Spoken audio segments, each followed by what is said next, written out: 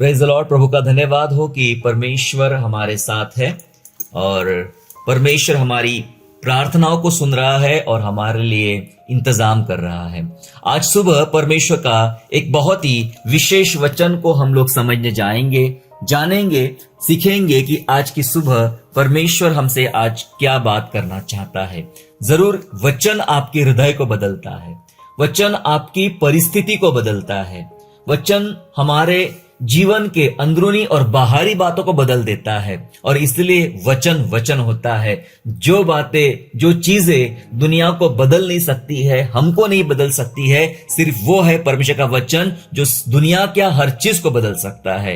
ऐसा प्रभावशाली पावरफुल वचन है परमेश्वर का वचन जो बाइबल के रूप में हमारे हाथ में रखा गया है। आज सुबह जिस विषय पर हम लोग प्रभु के वचन से मनन करेंगे, चर्चा करेंगे, और वो होगा प्रतिज्ञाओं का नवीनीकरण। जी हाँ, आज का हमारा विषय रहेगा प्रतिज्ञाओं का नवीनीकरण। प्रतिज्ञा जो एक प्रॉमिस है, ठीक है, एक प्रॉमिस है। और एक बार जो प्रॉमिस किया गया, जो वाचा बांधी गई, वाचा या प्रतिज्ञा या प्रॉमिस, जैसा आपको ठीक लगता है आप समझने के लिए। एक बार अगर कोई वाचा, कोई प्रतिज्ञा बांधी जाती है तो फिर कितने भी साल निकल जाए वो खत्म नहीं होता। उसका अपना एक महत्व होता है, उसका अपनी एक गरिमा होती है, उसे कोई खत्म नहीं करता। लेकिन होता क्या है, मैं विषय का नाम कुछ और अलग दिया मैंने, प्रतिज्ञाओं का नवीनीकरण। नवीनीकरण किसे करते हैं?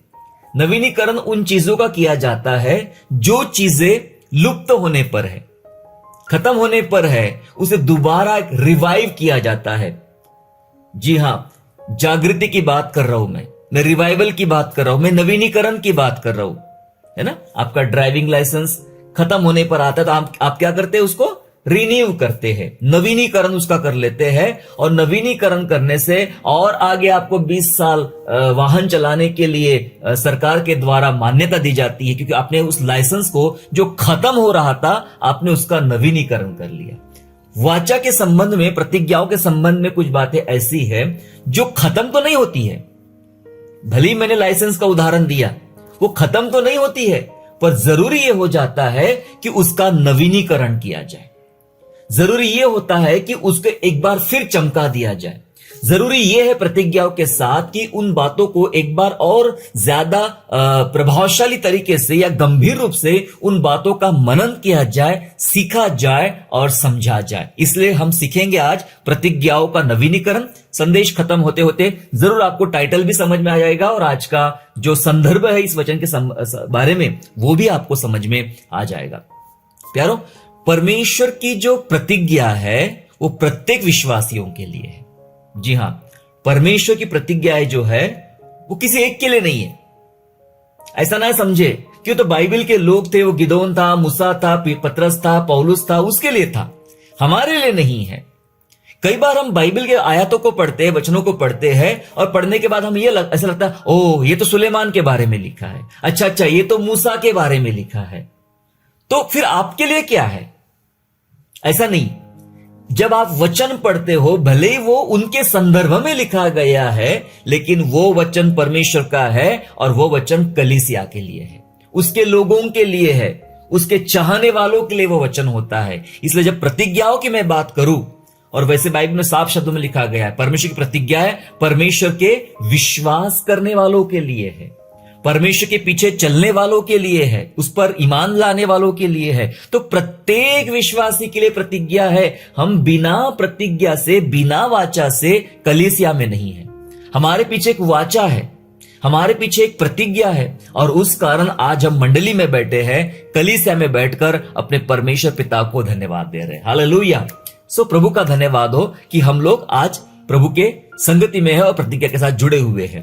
पर होता क्या है, कभी कुछ बातों की प्रतिज्ञा हमारे लिए होती है, कुछ आशीष हमारे लिए होती है, और उसे पाने की देरी, सुनना ध्यान से, उन आशीषों को या उन प्रतिज्ञाओं के द्वारा मिलने वाली ब्लेसिंग को पाने में देरी, और देरी के कारण हम क्या करते हैं? गलत चुनाव कर बैठते हैं।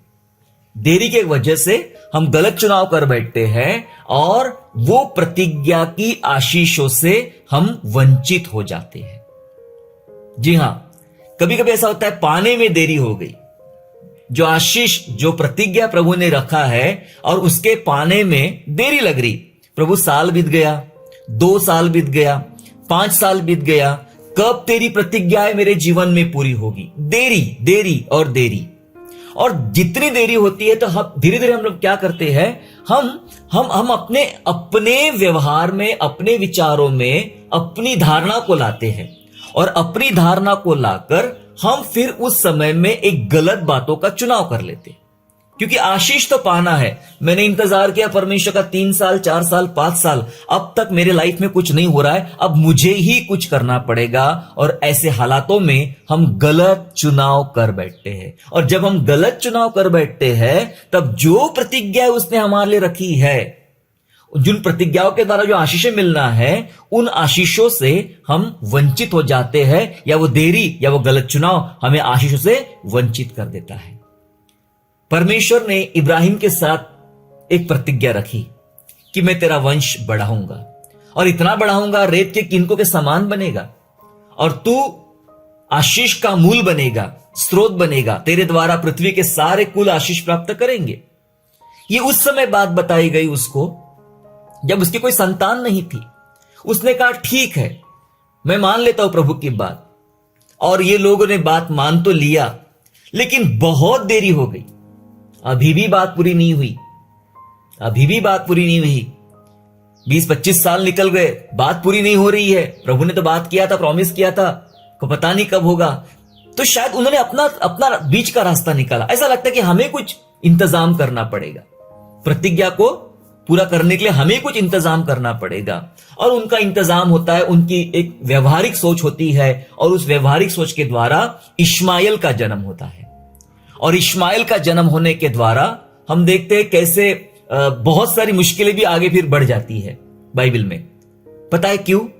पाने में देरी के कारण गलत चुनाव हुआ, और गलत चुनाव की वजह से कई बार, इसलिए प्रभु ने बोला इब्राहिम को कि अब तुझे सिद्ध बनने की आवश्यकता है।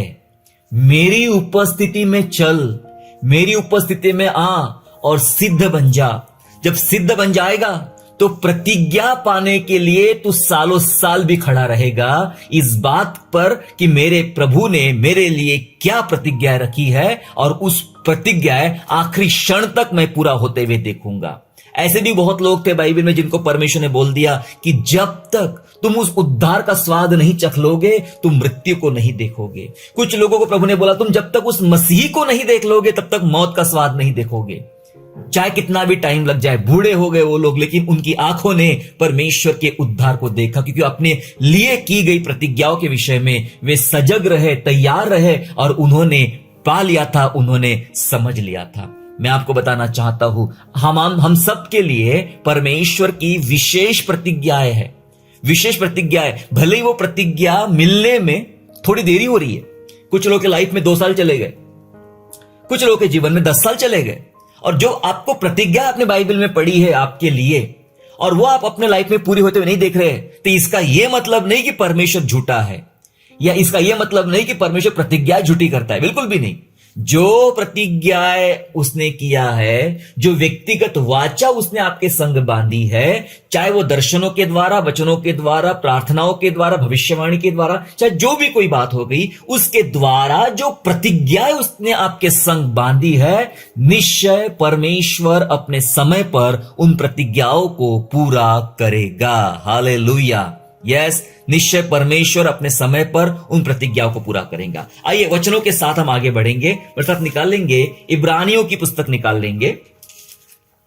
आइए हम निकाल लेंगे इब्रानियों की पुस्तक अध्याय 10 और वचन 32 से लेके वचन 36 तक पढ़ेंगे। Hebrews chapter 10 and verse 32 to 36 तक पढ़ेंगे हम लोग। 10वें अध्याय का 32 से 36, जहां ऐसा लिखा गया है, परंतु उन पहले दिनों को स्मरण करो।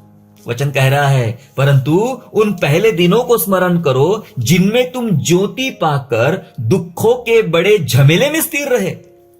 कुछ तो यो कि तुम निंदा और क्लेश सहते हुए तमाशा बने, और कुछ यो कि तुम उनके साजी हुए जिनकी दुर्दशा की जाती थी, क्योंकि तुम कैदियों के दुख में भी दुखी हुए और अपनी संपत्ति भी आनंद से लूटने दी, यह जानकर कि तुम्हारे पास एक और भी उत्तम और सर्वदा ठहरने वाली संपत्ति है।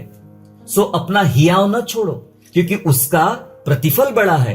क्योंकि तुम्हें धीरज धरना अवश्य है, ताकि परमेश्वर की इच्छा को पूरी करके तुम प्रतिज्ञा का फल पाओ। हालेलुया। क्या लिखा है 36 वचन में? कि तुम परमेश्वर की इच्छा को पूरी करके प्रतिज्ञा का फल पाओ। प्रतिज्ञा का फल क्या मिलना है हमें? प्रतिज्ञा का फल। प्रतिज्ञा का फल मतलब जो परमेश्वर ने वाचा बांध के रखी है, प्रतिज्ञा करके रखी है, उसका फल मिलना है, उसका फल मिलने वाला है। सो इसलिए तुम्हें क्या करना है? परमेश्वर की इच्छा पूरी करना है और धीरज धरना है। वचन में बहुत ही सुंदर लिखा है ना, जब हमने 32 वचन से पढ़ा कि उन दिनों को याद करो, उन दिनों को याद करो जब तुम ज्योति पाकर बड़े दुखों के बड़े झमेले में स्थिर रहे। वो दिन याद है आपको? कितने बड़े बड़े संकट आपके जीवन पर आए होंगे, कितनी बड़ी बड़ी यातनाएं, कितनी बड़ी बड़ी पीड़ाएं आप पर आई होगी। और वो टाइम पे आप कहते थे कोई बात नहीं, निकल जाएगा, ये समय निकल जाएगा, ये दुख निकल जाएगा। स्थिर रहे, हिले नहीं, डगमगाए नहीं। कठिन से कठिन हालातों से हमने गुजरे। हो सकता है ऐसा टाइम आपके जीवन पे आया है। और कुछ लोगों के बारे में यहां बाइबल ने बहुत स्पष्टीकरण दिया है। क्या स्पष्टीकरण दिया है? कुछ लोगों ने निंदा सहन किया, निंदा सहन किया। कुछ लोग क्लेश सहते हुए तमाशा बन गए, है ना? इतना दुख उनके जीवन में आया कि वो संसार के लिए तमाशा बन गए। कुछ लोग तो उनके साथी बन गए जिनकी दुर्दशा की जाती थी, तकलीफ उठाने वालों के साथी बन गए। कुछ लोग कैदियों के दुखों में दुखी हुए। कुछ लोगों ने अपनी संपत्ति आनंद से लूटने दिया। पता ये सब क्यों? ये सब इसलिए है क्योंकि वे सब लोग प्रतिफल पाने की आशा में खड़े थे। कौन सा प्रतिफल? क्या हमने पढ़ा? प्रतिज्ञा का फल। परमेश्वर ने बाप दादों के जमाने से अपने लोगों के लिए प्रतिज्ञा रखी है, और वो प्रतिज्ञा का फल पाने के लिए वे बाट जो हो रहे थे, वे इंतजार कर रहे थे। इसीलिए दुखों के समय, संकटों के समय, मुश्किलों के समय मजबूत खड़े रहे, डगमगाए नहीं, हिले नहीं, चाहे कितनी भी परिस्थितियां उनके जीवन पे आ गई। पर होता क्या है, जैसे जैसे हम किनारे आते हैं ना, जैसे जैसे हम किनारे आते हैं, हमारा जो धीरज होता है हम खो देते हैं। हमारा अलर्टनेस जो होता है, सतर्क होना, उसको हम लोग खो देते हैं। इसलिए अक्सर नाव किनारे पे आके डूब जाती लोगों की, बीच मझधार में नहीं डूबती है, क्योंकि वहां वे बहुत अलर्ट रहते हैं। और जैसे जैसे किनारे पहुंचते हैं वैसे वैसे बोलता अभी तो पहुंच ही गए हैं, बस अभी थोड़ा सा ही बचा है, अभी ज्यादा ध्यान देने की जरूरत नहीं है, अब मेन संकट चला गया है। नहीं, असली संकट तो किनारे पर भी होता है। कई लोग किनारे पे आके ही डूब जाते हैं। यहां वचन लिखा है, तुमने इतने बड़े बड़े झमेले उठा लिए, बड़े बड़े दुख सहन कर लिए, बड़े बड़े संकट झेल लिए। अब ऐसा क्या हुआ कि आप प्रतिज्ञाओं से भागना चाह रहे हैं, या आपके अंदर एक चिंता या एक समस्या आपको घेर रही है? इसे लिखा है वचन में, तुम प्रतिज्ञा का फल पाने के लिए परमेश्वर की इच्छा पूरी करो और धीरज रखो। धीरज धर के परमेश्वर की प्रतिज्ञा पूरी होने का यत्न करो। यस, करेगा। अगर परमेश्वर ने बोला है तो परमेश्वर करेगा। हालेलुया। नहीं बोला है तो नहीं करेगा। परमेश्वर के वादे कभी झूठे नहीं होते, बाइबल सिखाती है। परमेश्वर मनुष्य नहीं कि झूठ बोले, और ना वो आदमी है कि अपनी इच्छा बदले। एक बार जिस बात के लिए उसने अपनी इच्छा रख दिया सो रख दिया। एक बार उसने जो बात कह दिया सो कह दिया, उस बात से वो बदलेगा नहीं। क्या कलीसिया को यह बात पता है कि मेरे लिए, हम सब के लिए परमेश्वर के क्या क्या प्रॉमिस है, परमेश्वर के क्या क्या प्रतिज्ञाएं हैं? अगर आप भूल रहे हो तो अब यह टाइम है कि आपको नवीनीकरण करना। अगर आपको याद नहीं आ रही, ज्यादा समय बीत गया है, या इतने आगे आप निकल आ गए हो, तो आपको जरूरत है याद करने की, पॉलिश करने की, उन प्रतिज्ञाओं को वापस याद करने की जरूरत है कि प्रभु ने मेरे बारे में क्या सोचा है, मैं क्यों हूं कलीसिया में, मैं उसके भवन में क्यों हूं, मैं उसके राज्य में क्यों हूं, मेरे बारे में परमेश्वर ने क्या सोच के रखा है। यह बात आपको 10 साल पहले याद थी, शायद 5 साल पहले आपको याद थी, शायद अभी आप भूल रहे हो। दोबारा अपने आप को रिवाइव करें, अपने आप का नवीनीकरण करें, याद करें कि मेरे लिए परमेश्वर ने कौन सी प्रतिज्ञाएं रखी थी। पता यूसुफ को जब 17 साल की उम्र में था और उसकी 17 साल की उम्र में उसको परमेश्वर ने कुछ विजन बताया, कुछ दर्शन बताया, मैं तेरे साथ क्या करूंगा। और पता है उसी दिन से अपने दर्शनों की पूरा होने में उसने बहुत लंबा समय बिताया, अपने दर्शनों को पूरा होने में बहुत लंबा समय बिताया। तकरीबन 13-14 साल बीत गए उसके जीवन के। ये दर्शनों को, यानी इन 13-14 सालों में वो सोचता गया कि कौन सा वो टाइम आएगा, शायद आज का वो दिन होगा। वो एक एक दिन को ध्यान से देखता था कि अब मेरा टाइम आएगा, अब मेरा टाइम आएगा, अब मेरा दर्शन पूरा होगा। इतने सारा साल उसने चला दिए, मतलब चले गए उसके जीवन से। पर एक टाइम ऐसा आया, आपको याद है वो टाइम? एक टाइम ऐसा आया जब एक पिलाने हारे ने यूसुफ के बारे में फिरौन से बात किया कि मैंने एक ऐसा आदमी जेल में देखा था जिसने मेरा स्वप्न का या मेरे दर्शन का अर्थ एकदम सटीक बताया था। तो राजा ने ऑर्डर दिया उसे बुलवा ले। तो बाइबल कहती है, बहुत सुंदर शब्दों में बाइबल कहती है, यूसुफ उठा, उसने अपने बाल बनाए, अपना जो उसके पास बागा था, कपड़ा था, पहना और तुरंत निकल पड़ा। ये उसके दिमाग में था, आ गया मेरा टाइम, हालेलुया, आ गया मेरा टाइम। मेरे पास जो दर्शन थे, मेरे पास जो विजन था, परमेश्वर ने वो 13 साल के मेरे परिश्रम को देखा है। एक एक दिन मैं ढूंढता था, क्या ये दिन होगा प्रभु वो, क्या वो दिन होगा प्रभु वो, क्योंकि वो दर्शन नहीं थे, वो परमेश्वर की प्रतिज्ञा यूसुफ के लिए थी। तुरंत उठ गया, उसे पता था कि शायद अब मैं लौट के जेल में तो आने वाला नहीं हूं, पक्की गारंटी थी उसको। बाल बनाया, कपड़ा पहना, निकल पड़ा और राजा के पास जाकर राजा के स्वप्न का अर्थ बता दिया। और उस दिन के बाद लौटकर यूसुफ जेल में नहीं आया। उस दिन के बाद यूसुफ सीधा सिंहासन पर बैठ गया।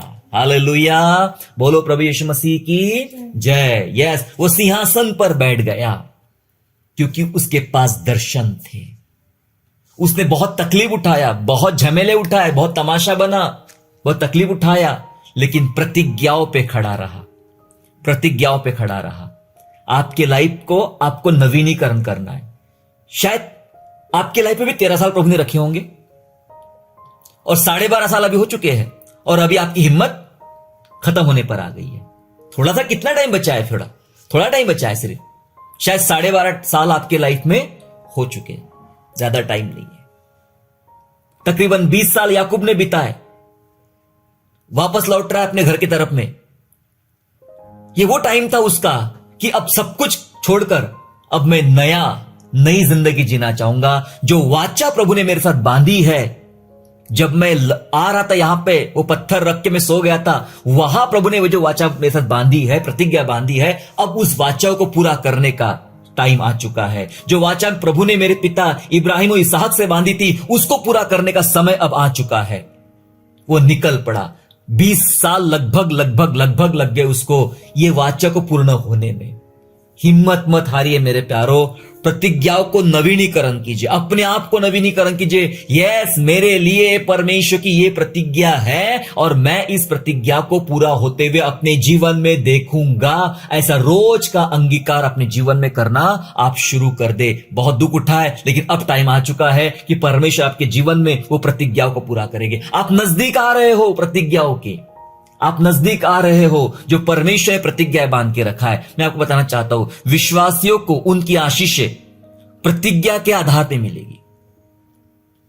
आपकी आशीषें आपके मेहनत से नहीं मिलेगी। एक बात याद रखना, यह मत सोच लेना चलो भाई मेरे पास 10 साल का टाइम है, मैं 10 साल बहुत मेहनत कर लेता हूं। क्या लगता है? बहुत लोगों ने बहुत मेहनत किया, 10 साल नहीं 20 साल तक मेहनत किया, पर अपने आप को वही पाते वो लोग जो 20 साल पहले कहीं थे। वो वही है, 20 साल से मेहनत कर रहे। पूछो अपने आप को जरा, आपने 20 साल से मेहनत किया, आपने 10 साल से मेहनत किया, आपने 15 साल से मेहनत किया, और आज से 10 साल पहले आप जहां थे आप वही हैं। क्योंकि शायद ये सोचकर आगे बढ़े थे, मैं अपने परिश्रम से, अपने मेहनत से आगे बढ़ूंगा। मैं बताना चाहता हूं, कोई व्यक्ति अपनी मेहनत से आगे नहीं बढ़ सकता जब तक उसके ऊपर परमेश्वर का अनुग्रह ना हो। और यहां बात तो कलीसिया की हो रही है। आज मैं बात कलीसिया की कर रहा हूं, विश्वासियों की बात कर रहा हूं। और विश्वासियों को अगर कोई आशीषें मिलना है तो सारी आशीषें प्रतिज्ञा के आधार पर मिलेगी। परमेश्वर प्रतिज्ञा जो रखता है ना, उसे याद रखेगा और उसके आधार पर। पढ़े मेरे साथ में, गलतियों की पुस्तक निकालें, गलतियों की पत्री, गलातियों की पत्री निकालेंगे, 3 अध्याय और वचन 18 पढ़ेंगे हम लोग। गलतियंस चैप्टर 3 एंड वर्स 18, 18 पद पढ़े 3 अध्याय का। 18 पद में ऐसा कहता है, क्योंकि यदि मिरास व्यवस्था से मिली है तो फिर प्रतिज्ञा से नहीं, परंतु परमेश्वर ने इब्राहिम को प्रतिज्ञा के द्वारा दे दी है। अगर नहीं समझा दोबारा पढ़े, नहीं समझा दोबारा पढ़े, मैं दोबारा आपके लिए पढ़ता हूं। क्योंकि यदि मिरास, मिरास की बात हो रही, मिरास जो प्रतिफल है परमेश्वर का, मिरास व्यवस्था से मिली है तो फिर प्रतिज्ञा नहीं, तो फिर प्रतिज्ञा के नहीं, प्रतिज्ञा से नहीं, परंतु परमेश्वर ने इब्राहिम को प्रतिज्ञा के द्वारा दे दी है। क्या? मिरास। व्यवस्था के द्वारा नहीं मिली, नियमों के द्वारा नहीं मिली। भाई ये नियम है ना, हमारे घर का नियम होता है कि बाप के बाद बेटा, ये मकान का मालिक कौन होगा? बाप के बाद बेटा बनेगा। ये जगह का मालिक कौन होगा? ये बिजनेस का मालिक कौन होगा? बाप के बाद बेटा होगा। ये नियम है, ये व्यवस्था है। नहीं, व्यवस्था से नहीं मिली इब्राहिम को मिरास। इब्राहिम को व्यवस्था से मिरास नहीं मिली, क्योंकि उस मिरास का कोई संगी इब्राहिम का पिता नहीं था। मतलब इब्राहिम का पिता कि पहले वो सब कुछ नहीं था जो बाद में इब्राहिम को मिली। हां, भले ही वो इसहाक को मिली क्योंकि वो इब्राहिम की थी, और भले वो याकूब को मिली क्योंकि वो इसहाक की थी। समझे आप? लेकिन इब्राहिम की बात हो रही है। जो मिरास इब्राहिम को मिली है वो उसके पिता की नहीं थी। वो व्यवस्था के आधार पे, नीति नियमों के आधार पे नहीं मिली। जो कुछ परमेश्वर ने इब्राहिम को मिरास दिया, लिखा है वचनों में, इब्राहिम को मिरास परमेश्वर ने प्रतिज्ञा से दी। प्रतिज्ञा से दी मतलब समझ रहे आप? जो परमेश्वर वाचा बांधता है अपने लोगों के लिए, अपनी कलीसिया के लिए, उसी के आधार पे परमेश्वर उनको वो मिरास या वो आशीषें देता है। हालेलुया। पता है, ये वाली बात अगर आप समझ गए तो क्या होगा? ये वाली बात अगर आप समझ गए तो ये होगा कि आपका ध्यान, आपका परिश्रम, आपकी चिंताएं हट जाएगी उन चीजों से जहां पर आप लगातार सोचते रहते हो, लगातार सोचते रहते हो कि मैं इतना इतना इतना इतना ये काम करूंगा तो भविष्य में मुझे ये मिलेगा, ऐसा ऐसा करूंगा तो वो मिलेगा। मत याद करो उन बातों को, मत मेहनत करो उन बातों के ऊपर में, सिर्फ याद करो। पहली बात सोचो, अपने आप को पूछो, क्या मैं एक विश्वासी हूं? अगर मैं विश्वासी हूं तो मैं यहां क्यों हूं? प्रभु के राज्य में मैं क्यों हूं? फिर पूछो अपने आप को, मेरे लिए कौन सी प्रतिज्ञाएं प्रभु ने रखा है? याद नहीं आती है तो एक मस्त वाली डायरी खरीद के लाओ और बाइबल से पढ़ना शुरू करो, और एक एक बात जो आपको लगता है ये मेरे लिए है, ये कलीसिया के लिए, लिख लिख के रखो। एक बड़ा सा पोस्टर बना के अपने घर में लगाओ कि ये प्रतिज्ञाएं मेरे लिए है, ये प्रतिज्ञाएं मेरे लिए है। नया नियम कहता है, जो द्वार में तेरे सामने खोलूंगा उसे कोई बंद नहीं कर सकता। इसका यह मतलब होता है, ऐसी प्रतिज्ञाओं की ब्लेसिंग मैं तुझे दूंगा कि कोई रोक नहीं पाएगा उन बातों को, कोई रोक नहीं पाएगा। मेरे लिए है। कलीसिया बोले यह हमारे लिए है, मेरे लिए है, पर हम ध्यान नहीं दे पा रहे उन बातों की तरफ में। आपको आपकी अपनी आशीषें प्रतिज्ञा के आधार पे मिलेगी। याद करो क्या है प्रतिज्ञा आपके लिए। अगर आप सचमुच कलीसिया है, सचमुच परमेश्वर के लोग हैं, तो याद करो आपके लिए परमेश्वर की क्या प्रतिज्ञाएं हैं। उन प्रतिज्ञा को याद करो। पता है, हम प्रतिज्ञा से खाते हैं, प्रतिज्ञा से पीते हैं, प्रतिज्ञा से चलते हैं, प्रतिज्ञा से जीते हैं, और प्रतिज्ञा से ही सब बातों में आगे बढ़ जाते हैं, क्योंकि वो प्रतिज्ञा है। यूं ही नहीं होता कुछ भी, सब बातों की प्रतिज्ञा परमेश्वर ने रखा है। बाइबल के बहुत सारे लोगों को आपको समझने का जरूरत पड़ेगी। अब क्या करना चाहिए? अगर हमें हमारी आशीषें प्रतिज्ञाओं के आधार पर मिली तो क्या करना चाहिए? अब हमें कुछ परत को हटाना पड़ेगा। परत समझता है? परत, कुछ चीजों पे कुछ चीजों की परत चढ़ जाती है और परत हटाना पड़ता है। अगर आपके घर में जो फैन है घूमते हैं उनको देख लो तो आपको समझ में आएगा उस पर एक धूल की परत जमी हुई है। वो आपको याद दिलाएगा आपने बहुत दिन साफ नहीं किया करके, ठीक है। लेकिन जिसने अपने घर के पंखे साफ किए उनको याद है, उनको समझता है ये परत कैसी होती है, और उनको साफ करने का थोड़ा सा स्ट्रगल भी होता है, वो आसानी से निकलती भी नहीं है ना। तो कुछ चीजों पे कुछ चीजों की परत चढ़ जाती है और उस परत को हटाना पड़ेगा। एज अ बिलीवर हमें क्या करना है? प्रतिज्ञाओं से परत हटाना है, प्रतिज्ञाओं से परत हटाना है, क्योंकि शायद हमारी ही नादानियों की वजह से या कुछ और किसी कारण से वो प्रतिज्ञाओं पर परत चढ़ गई है। अब वो इतनी इफेक्टिवली हमें समझ में नहीं आ रही, हमारे लिए काम नहीं कर रही है। लेकिन क्या करना है? यहां बाइबल तो सिखाती एक जगह कि 430 साल तक भी प्रतिज्ञा पुरानी नहीं हुई जो परमेश्वर ने इब्राहिम से बांधी थी। 430 साल तक भी प्रतिज्ञाएं पुरानी नहीं हुई, उसके बावजूद भी उसने अपना असर दिखा दिया मूसा के समय। हालेलुया। सो याद करो, कुछ परत चढ़ती है उसे हटाना पड़ेगा। पता है, कुछ परत को हटाया था इसहाक ने, कुछ परत को हटाया था इसहाक ने, क्योंकि वो जानता था ये मेरे पिता के लिए की गई प्रतिज्ञा थी और वो प्रतिज्ञा मेरे लिए है। मुझे क्या काम करना है? मुझे सिर्फ उसकी परत हटाना है। दोनों के लाइफ में सेम चीज हुई थी। किसके? इब्राहिम और इसहाक के। इब्राहिम के टाइम पे भी तकलीफें आई और वो भी अबीमेलेक की तरफ भागा, उस राजा के पास भागा और प्रभु ने उसे बहुत ब्लेस किया। इसहाक के टाइम पे भी प्रॉब्लम्स आए और वो भी अबीमेलेक की तरफ भागा और वहां से प्रभु ने उसकी सहायता किया। पर दोनों ने एक काम किया। क्या? चलो पढ़े मेरे साथ में। उत्पत्ति 26वां अध्याय निकाल लेंगे।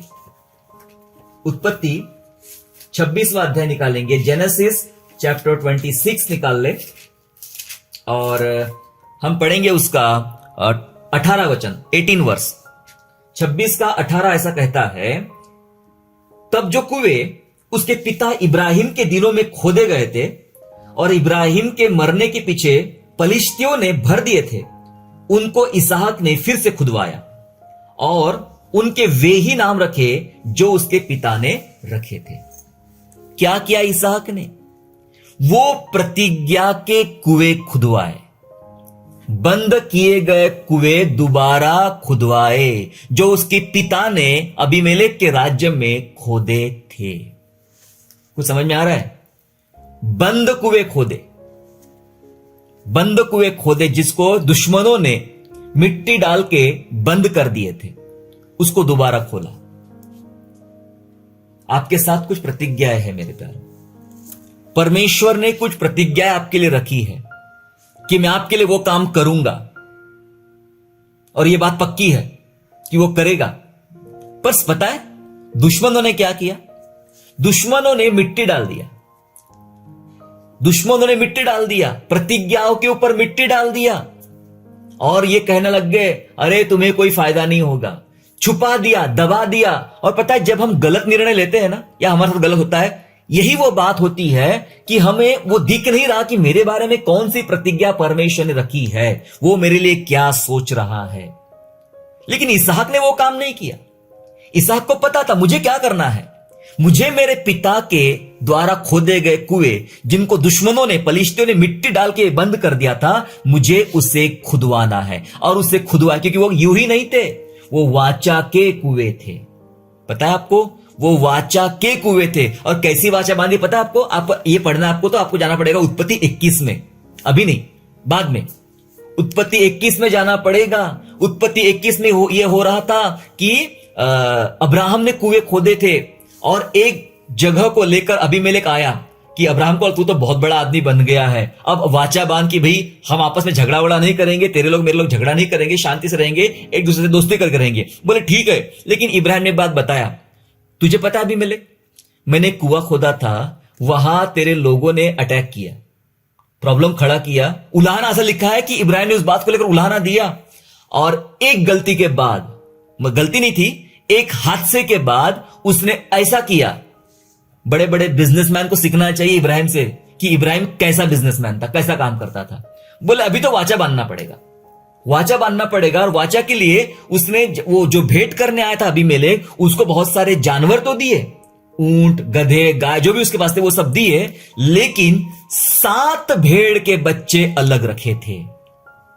सुनना, 7 भेड़ के बच्चे अलग रखे थे। ये 21 में आपको मिलेगा। तो अबीमेलेक ने पूछा, ये 7 बच्चे, भेड़ के बच्चे अलग क्यों रखे? बोले, मेरे साथ प्रतिज्ञा कर, ये जो अभी कुआं मैंने खोदा है, इसका जो पानी मिला है, ये हमारे बीच एक वाचा का चिन्ह होगा, एग्रीमेंट। 7 भेड़ के बच्चे, 7वां जो नंबर आंकड़ा है था, ये प्रतिज्ञा का आंकड़ा है, प्रतिज्ञा। तो ये 7 भेड़ के बच्चे देकर उसने कहा, ये कुआं अब प्रतिज्ञा का कुआं है, तेरे मेरा कमिटमेंट हो गया इस बात पे कि अब ये मेरा रहेगा। सबूत है इस बात का, तेरे को मैंने 7 भेड़ के बच्चे दिए। और उसके बाद उस कुएं का उसने नाम रखा बेशरबा। बेशरबा का नाम होता है वाचा, वाचा का कुआं। ये वाचा का कुआं या प्रतिज्ञा, या एक शब्द है 7 का कुआं। 7 नंबर होता है 7। 7 का नंबर मतलब ही होता है प्रतिज्ञा, वाचा। ठीक है, ये उसने वाचाएं बांधी थी। और ऐसे उसने कुएं वहां जो खुदवाए थे, वो तमाम कुएं इसहाक ने बाद में खुदवाए, क्योंकि वो यूं ही साधारण कुएं नहीं थे, वो वाचा के कुएं थे। परमेश्वर ने आपके लिए बहुत बड़ी बड़ी वाचाएं रखी है। परमेश्वर आपके लिए बहुत बड़े बड़े काम करना चाहता है, पर समस्या कहां जा रही है? दुश्मनों ने मिट्टी डाल दिया है। पता है ना, आपके ख्यालों पे मिट्टी डाल दिया दुश्मनों ने। ये दुश्मन कौन है पता है? ये संसार, ये संसार के रीति रिवाज, संसार के नीति नियम, संसार के रिश्ते नाते, संसार की अभिलाषाएं, है ना, संसार की अभिलाषाएं और तमाम वे बातें जो हमें लगातार अपनी तरफ खींचते रहते हैं, वो सब ने आकर क्या कर दिया? मिट्टी डाल दिया, वाचा को छुपा दिया। नहीं नहीं, तेरे लिए कुछ नहीं है, तुझे तो बेटा मेहनत से जीना पड़ेगा, तुझे बुद्धि से जीना पड़ेगा, तुझे यही करना पड़ेगा, ऐसा नहीं करो तो वैसा होगा, वैसा नहीं करो तो वैसा होगा। मिट्टी डालना शुरू कर दिया। पता है, ऐसे इस चक्कर में आप ये भूल गए कि मैं कौन था, मेरे लिए क्या प्रतिज्ञा की गई थी, मेरे लिए क्या प्रतिज्ञा की गई थी, मैं कौन हूं। एक साधारण व्यक्ति गिदोन से प्रभु बात करता है, ए शूरवीर सुरमा, यहोवा तेरे साथ है। वो अकेले को शूरवीर सुरमा नहीं बोलता, वो लोग परमेश्वर के शूरवीर ही थे, पर इसको पता ही नहीं चला कि मेरी अपनी आइडेंटिटी क्या थी, भूल रहा था। यस, प्रभु ने उसको याद दिलाया। क्या आपके ऊपर भी मिट्टी डाली गई है? आपके प्रतिज्ञाओं के ऊपर मिट्टी डाली गई है? अगर डाली गई है, आज टाइम है नवीनीकरण का। आओ परत को हटाए, प्रतिज्ञाओं के ऊपर की परत को हटाए। शैतान आपका कुछ नहीं बिगाड़ पाएगा अगर आपको अपनी प्रतिज्ञा याद है, आपके लिए आपकी प्रतिज्ञाएं याद है। और प्रतिज्ञा पर आप खड़े रहोगे ना, तो चाहे कितना भी टाइम निकल जाए, कितना भी समय निकल जाए, याद करना मेरे लिए प्रभु ने क्या रखा है, मेरे लिए क्या प्रभु ने रखा है, और उसी आधार पे परमेश्वर आपको ब्लेसिंग देगा, चाहे कितना भी टाइम लग जाए। मैं बताना चाहता हूं, परमेश्वर कभी जल्दबाजी नहीं करेगा देने के लिए, समय के पहले देगा नहीं, और ना परमेश्वर कभी लेट करेगा। बहुत देर हो गई प्रभु, अभी तो प्रभु कभी देरी पे नहीं था। पिछले दिनों एक उदाहरण में प्रचारक सुन रहा था, उन्होंने कहा परमेश्वर 4 दिन बाद पहुंचा लाजर के कब्र पे। सबको लगा प्रभु लेट हो गया, लेकिन प्रभु तो ऑन टाइम था, प्रभु समय पर ही था। उसने 4 दिन के बाद जिंदा कर दिया। यस, परमेश्वर कोई काम जल्दबाजी में या समय से पहले नहीं करेगा और देर से भी नहीं करेगा। जो कुछ करेगा उसके सही टाइम पे करेगा। हालेलुया। परमेश्वर सही टाइम पे, परमेश्वर आपके लिए काम करने वाला परमेश्वर है। बस आपको परत साफ करना है। परत चढ़ गई है ये संसार के, आज ये दुनिया इतनी ज्यादा आगे बढ़ गई है ना, तो परमेश्वर के मुख्य नीति नियमों को, परमेश्वर की बेसिक बातों को हमारे लाइफ से खत्म कर दी गई है। बस यही परत को हटाना है। छोटा काम है, बहुत बड़ा काम नहीं है, छोटा काम है, हटाना है। और जब आप पुरानी प्रतिज्ञाओं की परत हटाना शुरू कर दोगे, सुनना मेरी बात, जब आप पुरानी प्रतिज्ञाओं की परत हटाना शुरू कर दोगे, तो परमेश्वर नई आशीषें आपको देगा, नई ब्लेसिंग देगा। वो पुराने सारे कुएं साफ करना शुरू कर दिया, इसहाक ने खोदना शुरू कर दिया। अबीमेलेक आया अपने सेनापति को लेकर इसहाक के पास में, दोनों की दोस्ती हो गई, दोनों का चर्चा हो गई। अबीमेलेक चला गया और उसी दिन इसहाक के नौकरों ने आकर इसहाक को बताया, हमें एक पानी का सोता, बेहतर सोता मिल गया है। हालेलुया, हमें बहुत ही बढ़िया वाला बेहतर सोता मिल गया है। इसहाक ने पूछा कहां है? सुनो, उसी 26वें अध्याय मिलेगा आपको। 26वें अध्याय में 32 और 33 पढ़ेंगे, 32 और 33 लिखा है वहां पे। 32 और 33 में, उसी दिन इसहाक के दासों ने आकर उसने उस खोदे हुए कुएं का वृत्तांत सुना के कहा कि हमको जल का एक सोता मिला है। तब उसने उसका नाम शिबा रखा। इसी कारण उस नगर का नाम आज तक बेशर्बा पड़ा है। शिबा मतलब प्रतिज्ञा, वाचा, साथ भी उसका मतलब होता है। तो बेशर्बा पड़ा, ये वही था जो कभी इब्राहिम को मिला था, जिसके लिए उसने 7 भेड़ दिया था अबीमेलेक को, भेड़ के बच्चे दिया था। प्यारो, परत हटाना शुरू कर दे, प्रभु नई नई ब्लेसिंग आपको देना शुरू कर रहा है। हालेलुया, तैयार हो जाइए, तैयार हो जाइए, तैयार हो जाइए। कहे मेरे ऊपर की परत में निकाल रहा हूं, मैं झाड़ रहा हूं मेरे ऊपर की परत को, मैं साफ कर रहा हूं अपने ऊपर की परत को। मेरी प्रतिज्ञाएं चमक रही है, मेरी आशीष आ रही है, मैं होऊंगा, आशीषित होऊंगा मैं। यस, परत हटाए। बंद कुएं कितने आपके घर में ढूंढ के निकालो।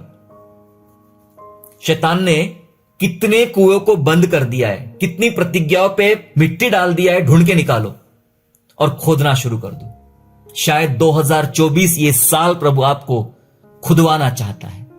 खोदना शुरू करो, अपने आशीषों को ढूंढना शुरू करो। नवीनीकरण हो जाएगा, नई ब्लेसिंग परमेश्वर आपको देना चाहता है इन दिनों। यस प्यारो, क्या करना है? इंतजार। ये जो टाइम हमें देता है प्रभु, मैंने कहा यूसुफ की लाइफ में वो 13 साल, याकूब की लाइफ में 20 साल, मूसा की लाइफ में वो 40 साल, है ना। ये जो टाइम प्रभु देता है ना, ये टाइम दरअसल आपको आत्मिक दृढ़ता लाने के लिए रहता है, आत्मिक दृढ़ता, आत्मिक मजबूती लाने के लिए रहता है।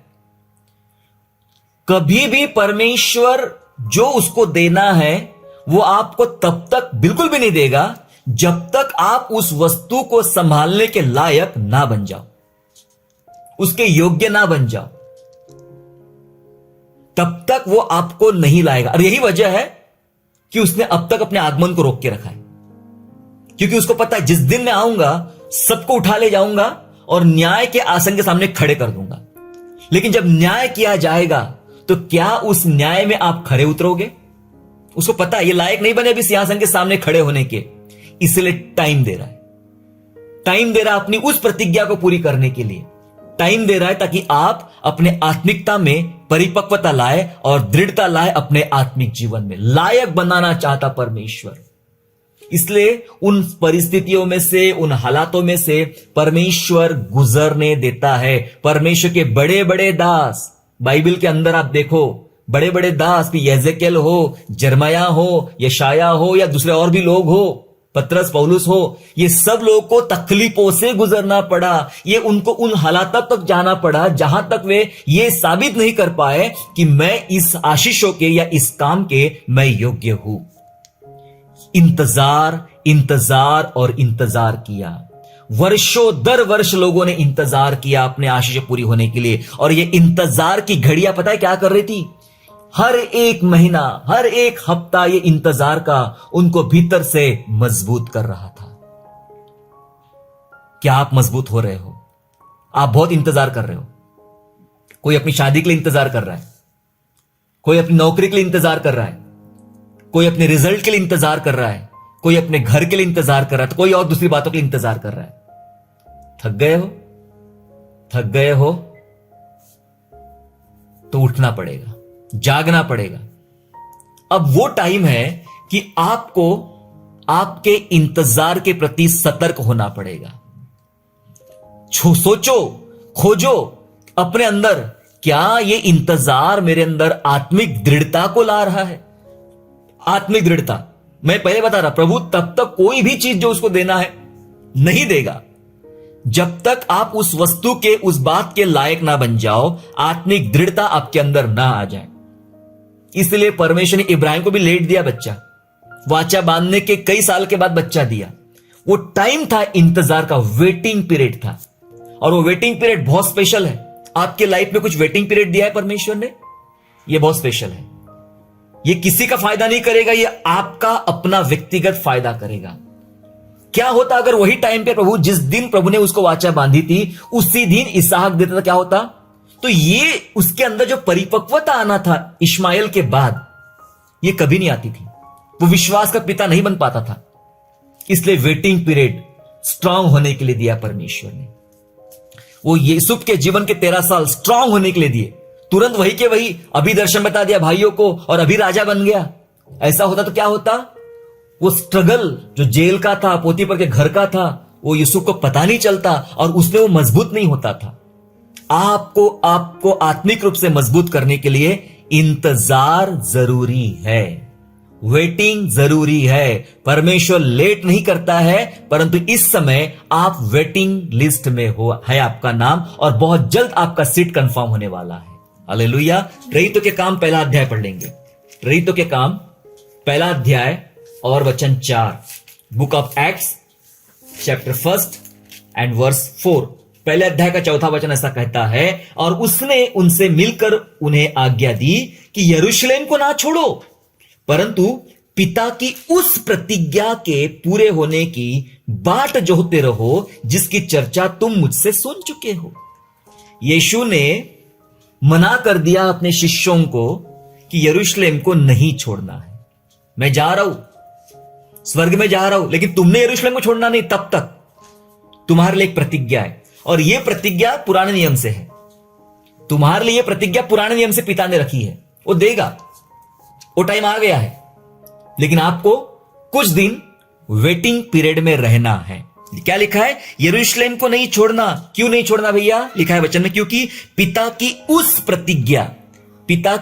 उस प्रतिज्ञा पूरी होने तक तुम उसकी बाट जोहते रहो। पिता की वो प्रतिज्ञा पूरी होने की बाट जोहते रहो। हालेलुया। पिता ने प्रतिज्ञा रखी है और उसका इंतजार करना है आपको।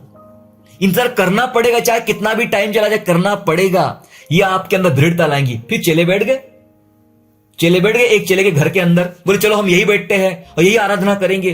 कितना टाइम चले गए उनके वाले, कितने दिन चले गए? बस बैठे, दुआ दुआ दुआ दुआ है, प्रभु तेरी प्रतिज्ञा नजदीक नजदीक ला, प्रभु हम नजदीक आ रहे तेरी प्रतिज्ञा के, हमें लायक बना। और आखिर वो पेंतेकोस्त का दिन आ गया और परमेश्वर ने जो वाचा का आत्मा था वो भेजा उनके ऊपर और उनको तैयार किया। और ऐसी दृढ़ता इन शिष्यों के अंदर आई। यही वो छोटा सा घर था, कमरा था, यहां से ब्लास्ट हुआ। यहां से जो भयंकर सेवक पैदा हुए, यहां से दुनिया बदलने वाले सेवक पैदा हुए, तैयार हुए और दुनिया में उथल पुथल कर दिया। और कलीसिया की स्थापना होना यहां से शुरू हो गई, क्योंकि वे पहले वेटिंग लिस्ट में थे, वेटिंग पीरियड में थे, प्रतिज्ञाओं का इंतजार में थे, पवित्र आत्मा की प्रतिज्ञा का इंतजार में थे। ये इनके अंदर दृढ़ता ला रही थी। आप इंतजार में हो? अपने पड़ोसी को बोलो आप इंतजार में हो। याद दिलाओ, क्योंकि इंतजार की घड़ी बहुत खास है। पता है क्यों? क्योंकि अगर इसमें आप सही नहीं बैठे, आपने सही रूप से इंतजार नहीं किया, तो आपकी ट्रेन छूट जाएगी। सही रूप से आपको इंतजार करना है कि हो क्या रहा है। कभी कभी हम बहुत ज्यादा निश्चिंत हो जाते हैं। मैं एक बार रेलवे स्टेशन पे वेटिंग रूम में था और वेटिंग रूम में वो बोर्ड नहीं लगा था जो ट्रेन के बारे में मैं तो सोचा चलो आएगी ट्रेन को, बहुत टाइम है। जब मैंने घड़ी देखा कि 5 तो बज गया, अब ट्रेन का टाइम तो 5 बजे का ही था, लगता है लेट होगी, 2 मिनट और वेट किया। मतलब कुछ तो गड़बड़ है, मैं 1 घंटे से यहां वेट कर रहा हूं, कुछ तो गड़बड़ है। ध्यान नहीं दिया मैंने वेटिंग पे। बाहर निकल के देखा तो जिस ट्रेन में जाना है वो लगभग छूट गई थी। मैं दौड़ के उसको पकड़ा। पता है क्यों? ये मैं सिखा रहा आपको। वेटिंग रूम में तो आप बैठे हो, पर इतने निश्चिंत हो कि आपका ध्यान ट्रेन पर नहीं है कि मेरी ट्रेन कब आने वाली है। आप दूसरे बातों में लग गए हो, दूसरे कामों में लग गए हो। बहुत सारे लोग वेटिंग में तो है, पर अपना ध्यान, अपना मन कहीं और लगाए है। कहीं आपकी भी ट्रेन तो नहीं भाग रही है। चलो दौड़ो और पकड़ लो। सही वेटिंग करो। ऐसी जगह वेटिंग करो जहां सामने बोर्ड लगा हुआ है कि आपकी ट्रेन ये टाइम पे चल रही है। ऐसी जगह वेटिंग करो। वेटिंग का भी एक स्थान होता है।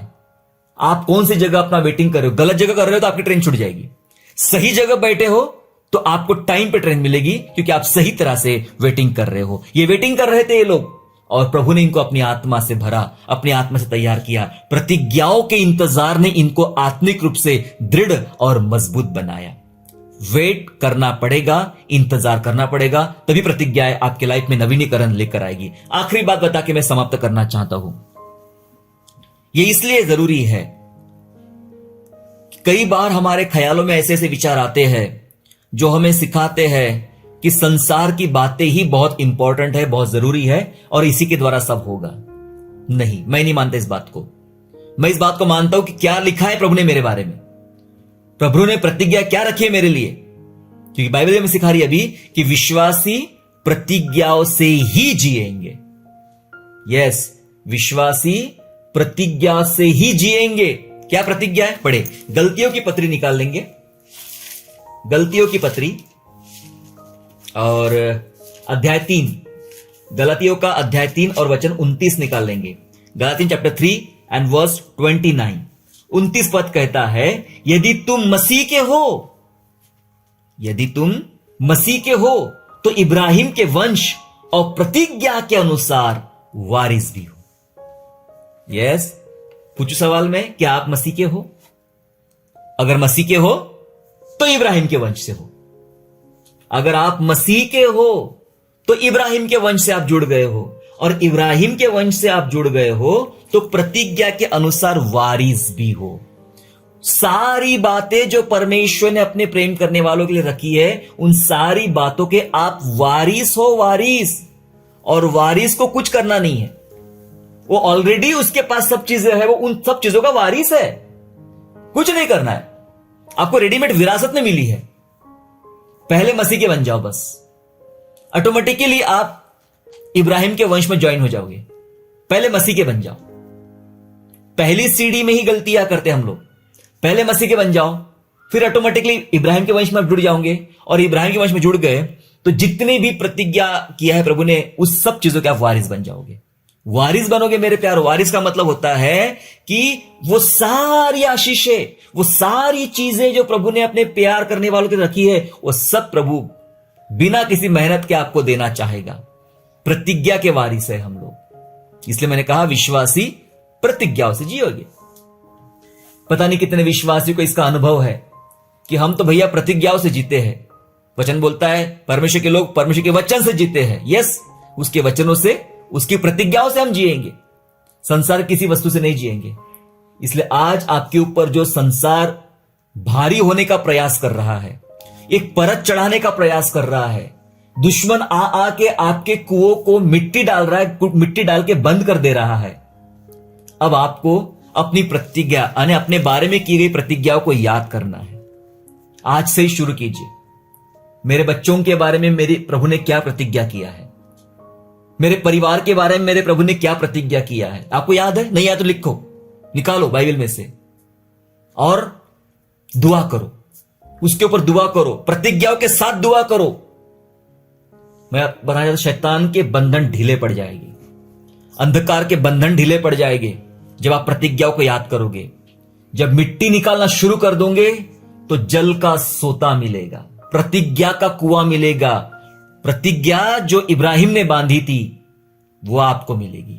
एक ऐसा टाइम इसहाक के जीवन में भी आया कि एक कुएं के पास उसने खुद खोदा और खुद पानी निकला। वो इस इब्राहिम वाला नहीं था, और उसके बाद उसने वेदी बनाई और वहां का नाम दिया क्या नाम दिया उसका वाला? रोहोबोत। रोहोबोत। रोहोबोत का मतलब होता है परमेश्वर ने हमारे स्थान को चौड़ा किया है या हमारे स्थान को स्थिर किया है। रोहोबोत। जी हां, आप भी ऐसे स्थान पे जाओगे, पहले प्रतिज्ञा खोदते चलो, प्रभु आपको स्थिर करेगा, आपके स्थान को भी प्रभु चौड़ा करेगा। परत झाड़ो, साफ करो अपने ऊपर की परत, परमेश्वर की प्रतिज्ञाओं को याद करो। आपके घर में चर्चा होती है तो प्रतिज्ञा खोल खोल के एक दूसरे को याद दिलाओ। अपने परिवार के लिए, बच्चों के लिए ऐसी प्रार्थनाएं करो कि ये प्रतिज्ञा है हमारे लिए भी, हम यूं ही नहीं है, ऐसे ही नहीं चल रहे यहां पे, हमारे लिए प्रतिज्ञा है, हम वारिस से प्रतिज्ञाओं के। याद दिलाओ, अपने आप को शैतान के बंधन ढीले पड़ने दो शैतान के बंधन, और आप प्रभु में मजबूत हो जाओ। आओ नवीनीकरण करें। अगर आपके लाइफ में कुछ चीजें परत चढ़ रही है, धूल चढ़ रही है, काम नहीं कर रही है, तो अब टाइम आ चुका है कि उसका हम नवीनीकरण करें। दुआ करेंगे। आइए अपने स्थान पे खड़े हो जाए और हम दुआ करेंगे। Thank you master, hallelujah. धन्यवाद यीशु, धन्यवाद यीशु, धन्यवाद प्रभु। स्वर्गीय पिता प्रभु जी, आपको हम धन्यवाद स्तुति करते प्रभु, क्योंकि आप हमारे प्रिय परमेश्वर है। आपने हमें जीवन दान दिया है प्रभु, आपने हमें प्रतिज्ञाएं दिया है और हम सब प्रतिज्ञाओं की संतान है पिता परमेश्वर, क्योंकि प्रभु अपने प्रतिज्ञा के विषय में कभी देरी नहीं करता है। यस पिता, हम विश्वास करते, हम याद करते कि प्रभु ने मेरे लिए क्या क्या प्रतिज्ञा रखी है, मेरे लिए कौन सी प्रतिज्ञा रखी है। एज अ बिलीवर मेरे लिए कौन सी प्रतिज्ञा रखी है प्रभु, उन सारी प्रतिज्ञाओं को प्रभु जी हम याद करते हैं। प्रभु कई बार प्रतिज्ञाओं का फल पाने की देरी की वजह से हमने कई बार अपने जीवन में गलत चुनाव किए, हमें उस बात के लिए क्षमा कर पिता, क्षमा कर प्रभु जी। हम इंतजार नहीं कर पाए, सही ढंग से इंतजार नहीं कर पाए, हमने गलत चुनाव कर ले और गलत चुनाव के कारण पिता विपत्ति और मुश्किलें आ गई। लेकिन प्रभु उसमें से हमें छुड़ा, आजाद कर, क्षमा कर और हमें ऐसा अनुग्रह दे कि हम इसहाक के समान अपने पिता के बंद कुएं को खोदने वाले बने, जिसका जल पीढ़ी दर पीढ़ी मिलेगा पिता राजा।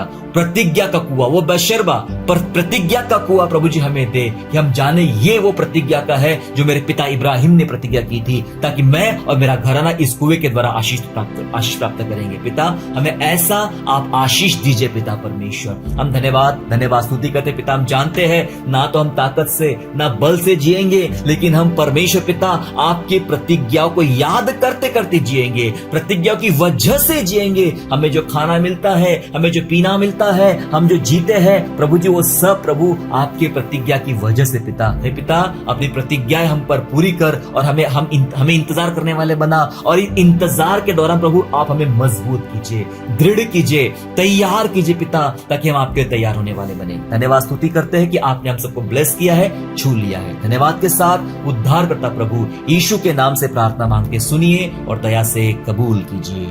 आमीन।